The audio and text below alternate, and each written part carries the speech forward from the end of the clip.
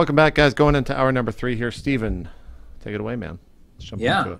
So you rolled a 9 on your survival check. So, yeah.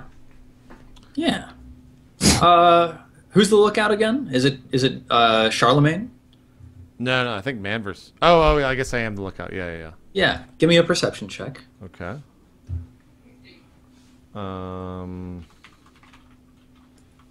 Fuck, where's my character sheet? That is a 3. 15.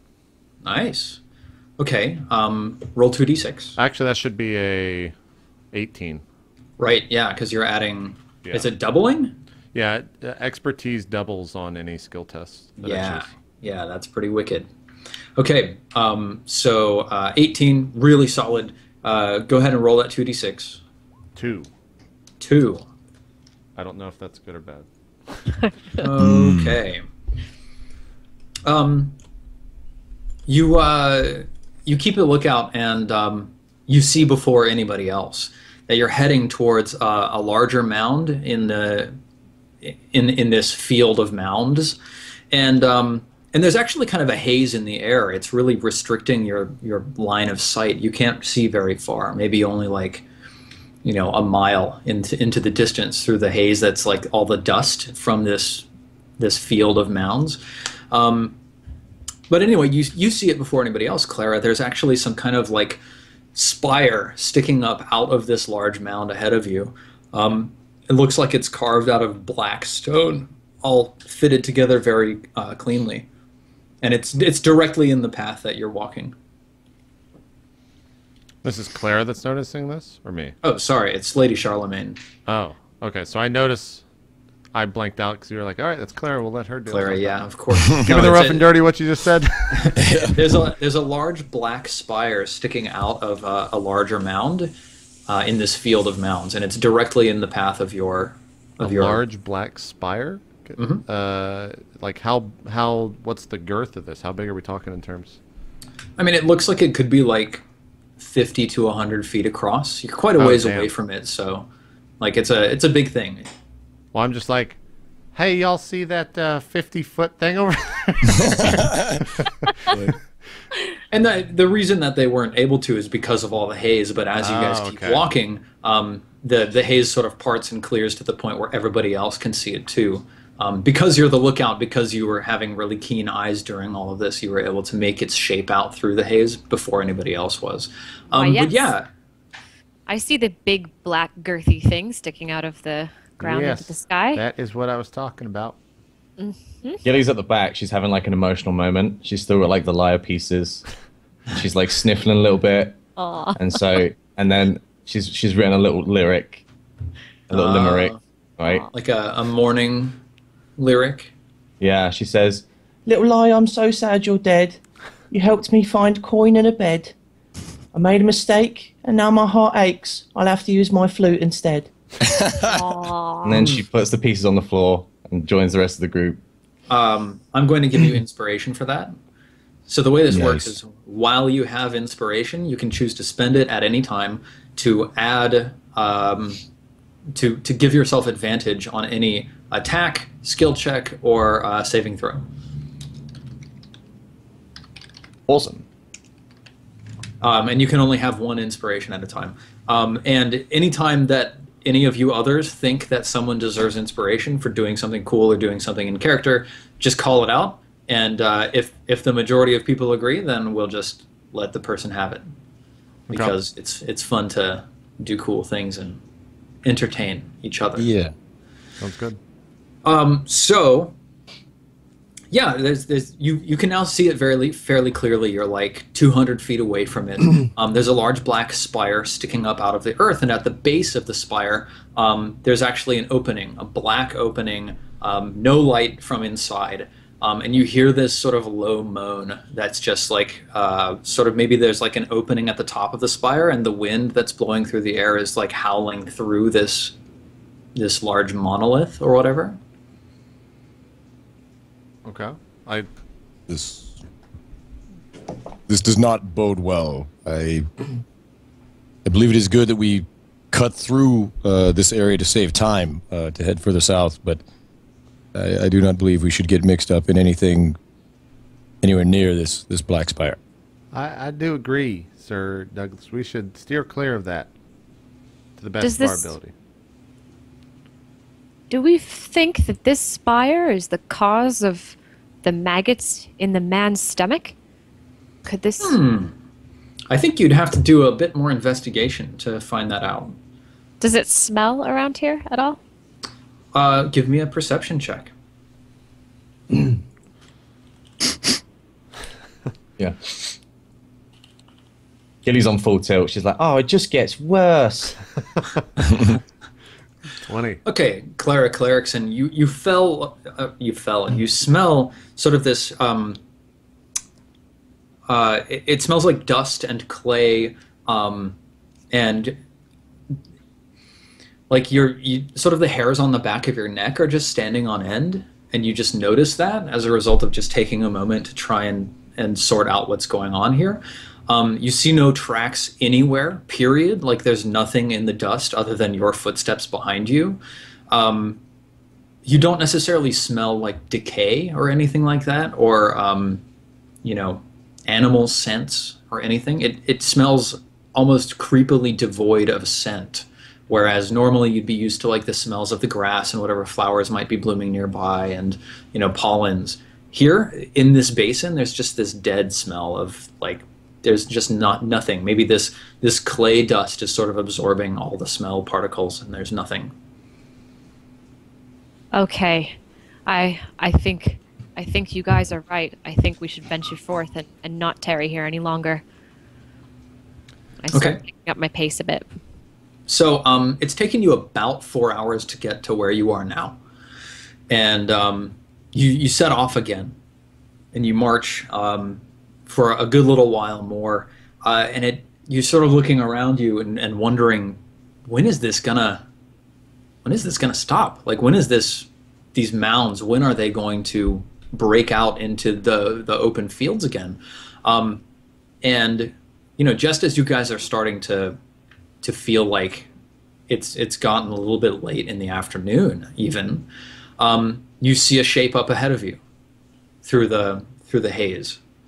It looks like maybe there's a lightening of the light up ahead. What type of shape are we seeing? Like shape of a humanoid? No, like just like something large at the edge of your vision, like maybe that's the edge of the cliff or something like that you need to climb up in order to get out. Okay. Lady Charlemagne, give me another perception check. +6, 22. You step forwards and say, oh, look, it's probably the way out. And there's a gust of wind that blows and it clears away some of the haze. And you see a large black spire sticking up out of a large mound with an empty, gaping mouth at its base. And you realize that it looks exactly the same. In fact, when you look down at the ground, you can see the tracks out ahead of you that you left before. I draw my warhammer and exclaim, Lady, what sort of black magic is this? Lady Charlemagne, will you roll 2d6, please? 6. Okay. Okay. I have to do some rolls. Great. You don't have to roll anything, Steve. You don't need to roll anything. You don't need to do that, Steven. You've rolled so much. I'll roll this one public. Let the record show my warhammer is drawn at the ready. The record shows that your warhammer is ever drawn. since the Yep, absolutely. Douglas is he's gonna pound our sense of direction. Oh my.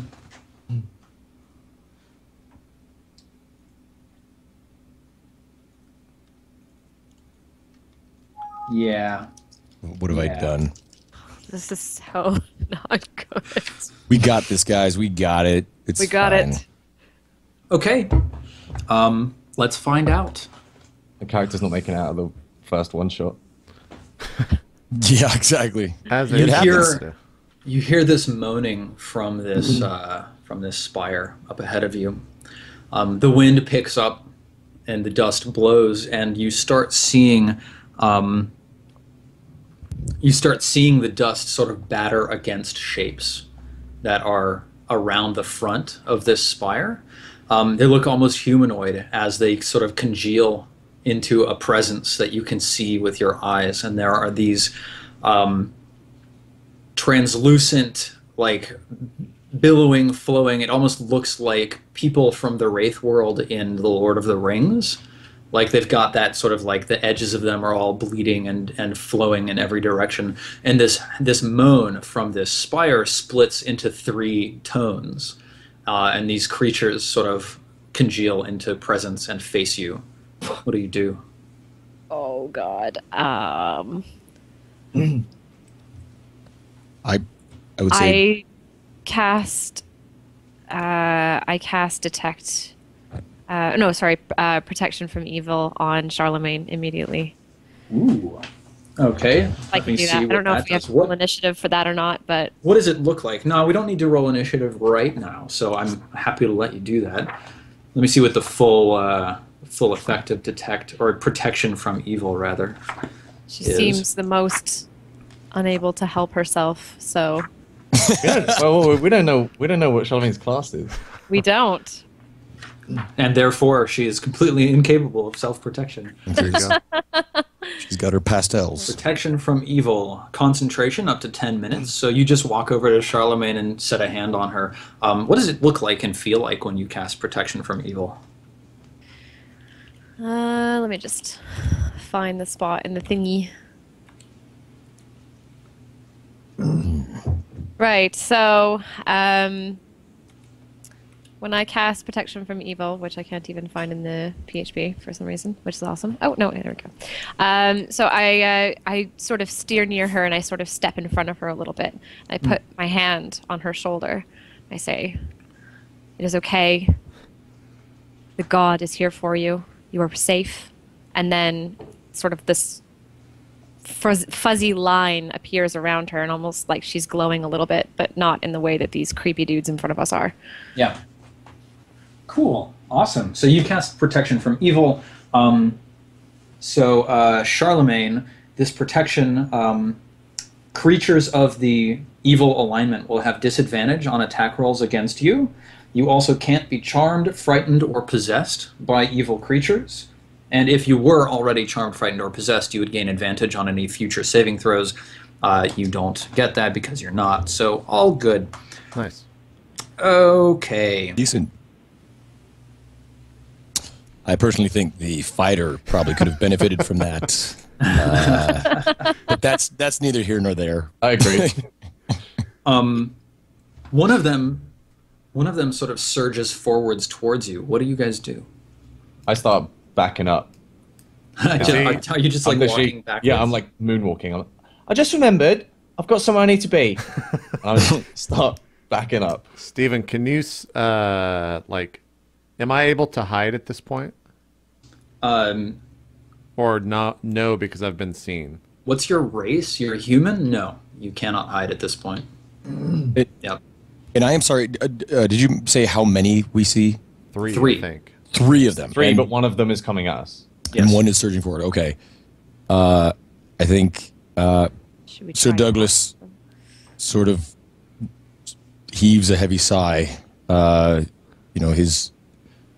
His arms are trembling a bit, but he kind of blames himself for pushing so hard to cut through the this area that was warned about going around. So he also is. He's not certain as to whether his Warhammer can even connect with these things. So with a shout, for the glory of the king, I am going to rush forward at this thing and attempt to just slam my Warhammer into its chest. Awesome. Okay, I'm going to give you a 20 on your initiative for taking that. Yes. And then I'll roll initiative for these creatures, and then you guys can each roll initiative as well. So, I did it, guys. I'm sorry. Okay, so let's see. Turn order tracker. Yep. Oop. So roll 1d20. Weak mum spaghetti. Yeah, I did. He's vomit on his sweater already. I try to. you are Douglas, and you have a 20. For your... No, I'm rolling it right now. Oh, I rolled a 6. Wait, No, I gave you a 20 because you just chose to act. Gotcha. Okay. I thought you were saying roll 1. So the rest of you, please roll your initiative, which is a d20 plus your dexterity bonus. 10. Sweet. 10. Right.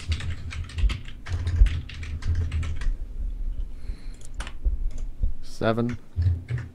Gilly. 12. You have a +0 on your initiative, Shannon? Yep. And then Clara. 12. Okay, cool. Excellent. So Douglas, you get to act first. So go ahead. You run up to this creature as it's approaching you, and you just swing mightily with your warhammer. You've got your shield out, right? Well, I would say I was going to do. I had the warhammer two-handed. Okay. And I was going to charge at the wraith-like being. Yeah. And take a big two-handed swing with that warhammer. Just We need that Sir Douglas war shout. for the glory of His Majesty. Epic. There you go. Awesome. That was it. Yeah, that's wicked. So, what do you need of me, Steve? Roll an attack roll. All right. And give yourself advantage on it for that epic war cry. Okay. Anything with the charge? No. Okay. So that basically the way this works is every round you can take one action. You can also move. The movement is not an action. So you can move your 30 feet, and then you can take an action. And the action that you're currently taking is attacking. You could take a dash action to move another 30 feet, for example. You could do any number of things, really. So right now you're making an attack, so roll 2d20 plus 5, and we'll take the highest of those two. Actually, slash roll 2d20 d1 plus 5. 2d20 d1? Mm-hmm. D1 That'll take plus the 20. higher of the two, yeah. Yeah, that will drop the lowest one of the 2d20. And that was plus 2? Yep. No, plus 5, sorry. Plus 5, okay. I hope that worked. Yeah, 21.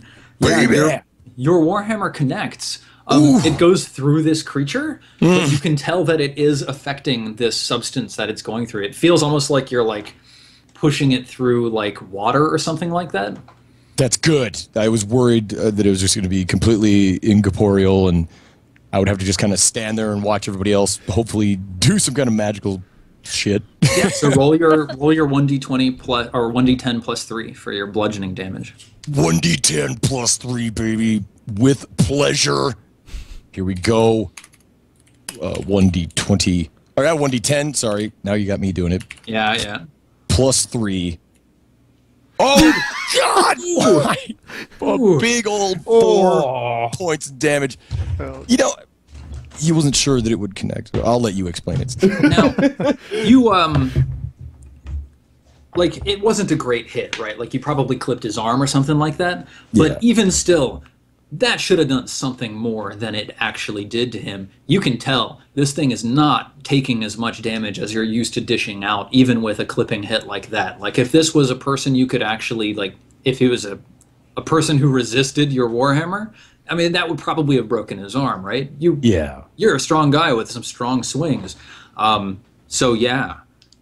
The creature, now, it turns its face to you. It was just sort of intent on moving towards the others, and it turns to face you, and it utters in it utters words in an ancient language. It's a dialect of Elven, and after a moment of thinking about it, you can kind of understand what it said. It said, "Join us and bow to the king," it says, as it reaches out, and it reaches its hand into your chest, and you can feel its fingers grasping inside of you. Oh! Oh, okay. Oops. It hits you. Oh, God, no! It's hitting me. It's squeezing at my heart. You take 8 necrotic damage What? It's not going well. And Oh my god. Wait. make a Constitution saving throw. Oh my god. All right, so that's Constitution. I get a +4 to that one. So, oh god, Doug. Oh god. 1d20 +4. Oh my god, what have I done? What are you doing, Doug? Oh god, that's a 6. Awesome. Not awesome. Ah. Oh god. Okay, your hit point maximum is reduced by 8. What, so, like, after the hit? No, like your hit point maximum is now 4. Oh, goody! That is a great start. Let's see. Oh no! Wait, so does he take the damage first and then it? Yes. Okay. Yeah. He takes the damage and his hit point maximum is reduced. So you're at 4 and now your max is 4. Yes. Right. Wow. So I'm just.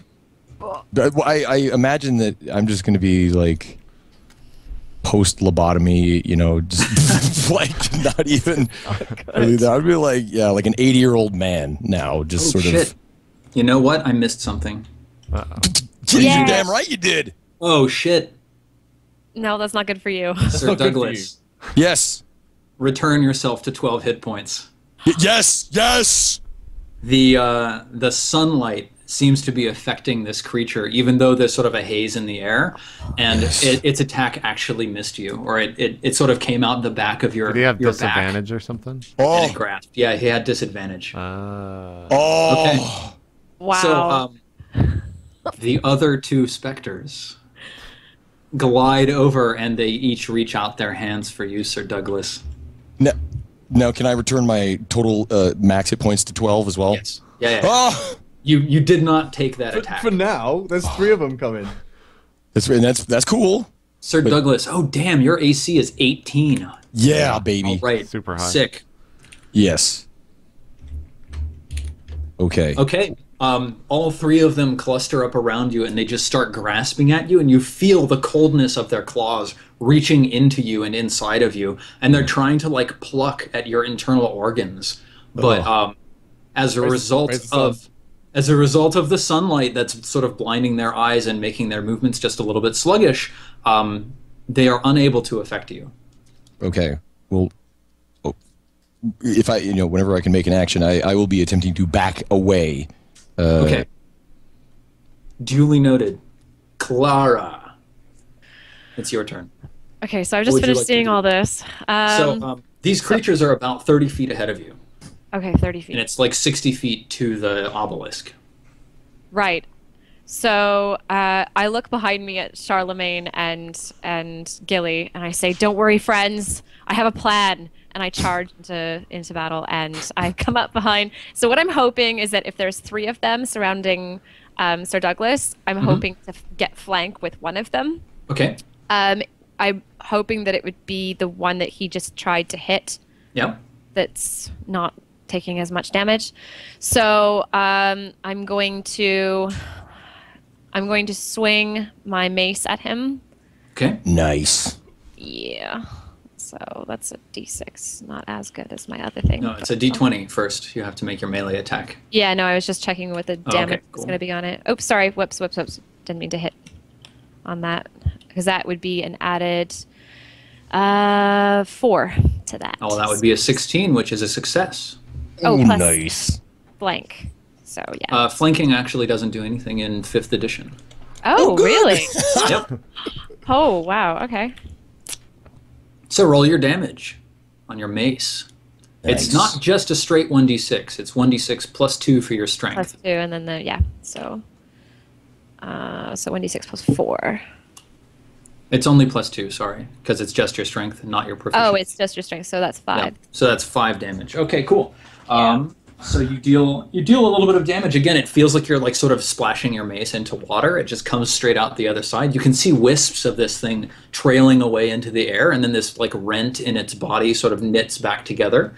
You deal a little bit of damage. You can also tell it's not dealing as much damage as you would normally expect to deal with a good solid mace hit like that, but you did something, so that's good. Lady Charlemagne, what's the haps? What is the radius of these? Like, are all 3 of the mobs right on top of Douglas and Yes. Clara? Yep. How much? So I have what is this? I have 2 flasks of oil. Okay. Is there anything that I can do to throw this flask of oil and have it shatter on 2, 3 of these mobs? Yeah, absolutely. Let me take a quick look at what it says about that in the player's handbook. I think it does say something about that. So, Throw. equipment. Let's see.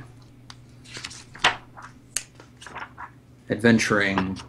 God help me, my life is in the hands of a seamstress. Basically, throwing, you have a range of 20 feet or 60 feet with disadvantage on a throw like that. Okay. Can I move And within 20 then- feet for? Yep, absolutely. Okay. Let's see, oil.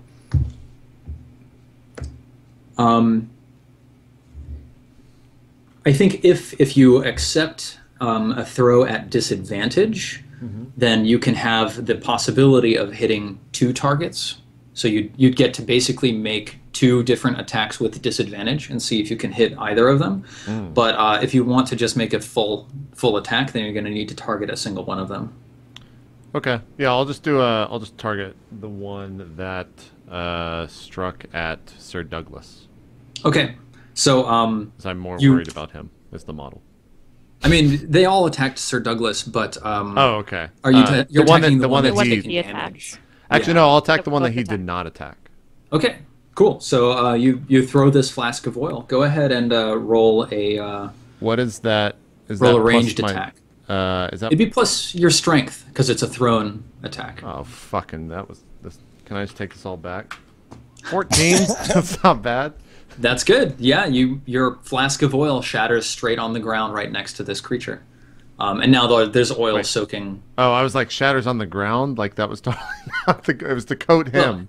Immediately underneath the creature. Gotcha. I mean, these creatures are not likely to be coated in anything, given that they are It would just travel incorporeal. through him, right? Yeah. Right. Okay. But there's oil all over the ground right there. So, Gilly, your turn. Christ.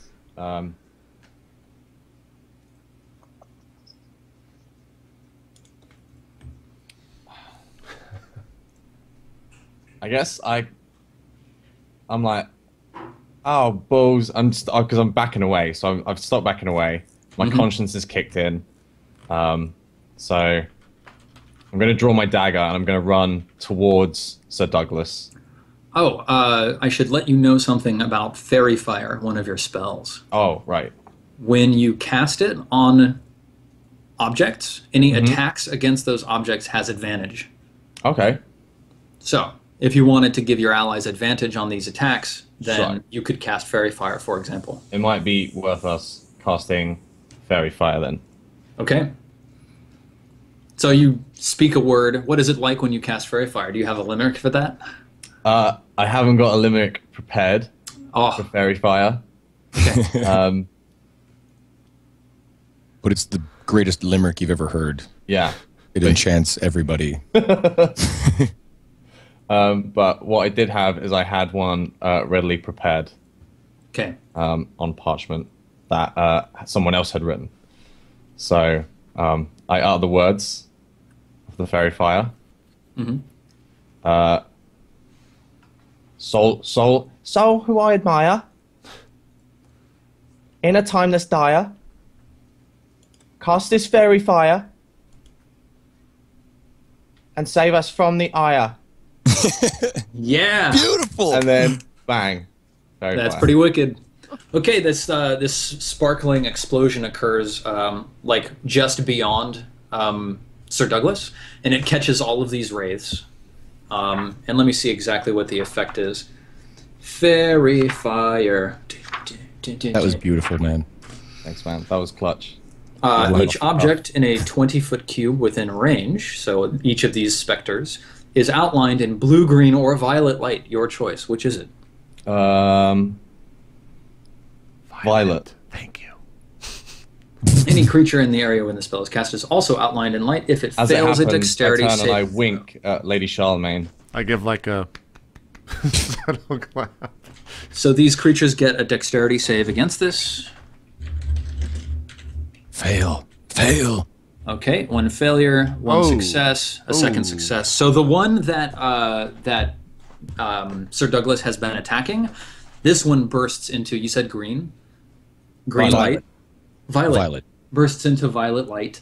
And any attacks against this creature,